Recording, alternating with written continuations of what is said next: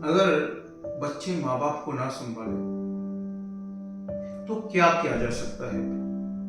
तो रिसेंटली एक ऐसा केस बना जहां पे मदर और फादर ने मिलके एक 1980 के आसपास फर्म स्टार्ट किया, जहां पे उन्होंने बिजनेस जो है वो रात दिन एक करके मेहनत करके स्टैब्लिश किया। क्योंकि वो पहले एक मॉडरेट बैकग्राउंड से आते थे, तो उन्होंने दिन रात एक किया और पैसा कमाया विद एन इंटेंशन कि एक रेपुटेशन बने, एक अच्छी जिंदगी बने और साथ ही साथ अपने जो चिल्ड्रन से उनको अच्छी लाइफस्टाइल मिले।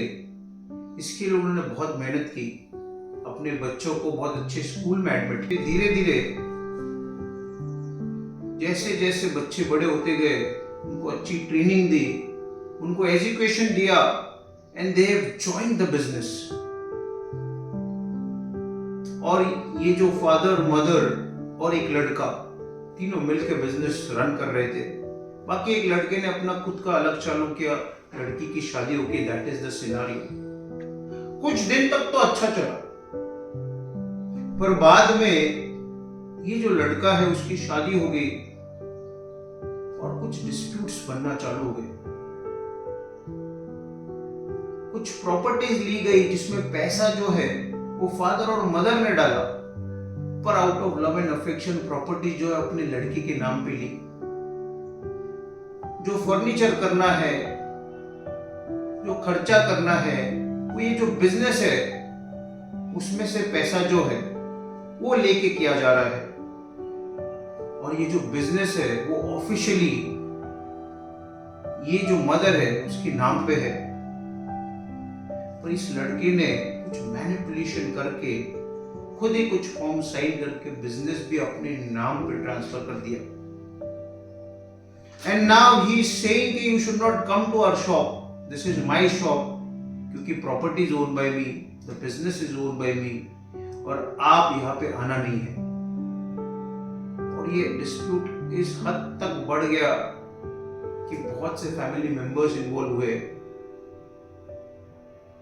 कुछ सेटलमेंट की कोशिश की गई, पुलिस इन्वॉल्व हुआ, फिर भी कुछ हो नहीं पाया, because that son is saying कि मुझे अभी कोई रिश्ता रखना नहीं है, मैं कोई पैसा दूंगा नहीं, कोई प्रॉपर्टी दूंगा नहीं, आपको जो करना है वो करो।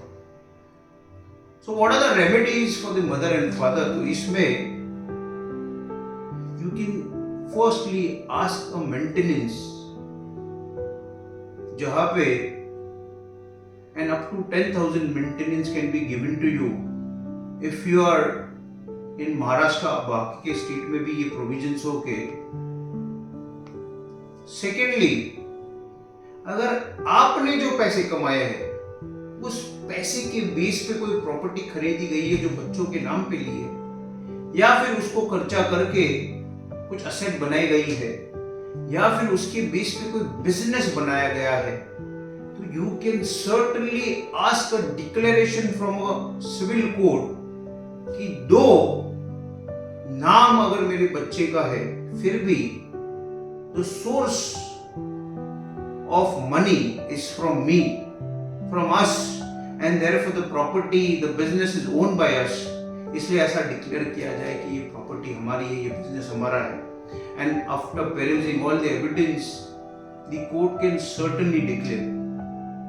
Thirdly, in such a case, जहां पे आपके परमिशन के बगैर,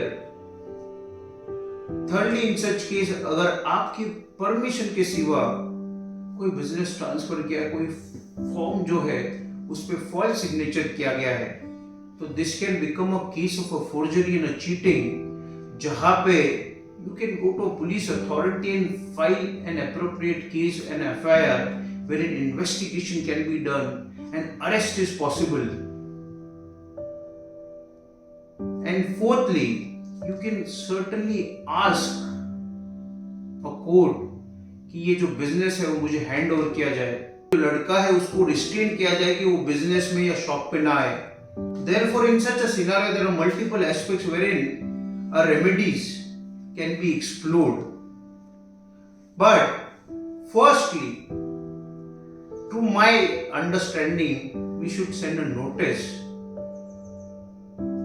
to a son saying कि आपने ये सब किया है, but there is a family relations. We love you. Therefore, we can sit on a table and see if there is negotiations, conciliation, settlement possible. क्योंकि at the end of a day it is a family और हमने एक दूसरे को help करना चाहिए, cooperate करना चाहिए. इसके लिए we should give some time to a son.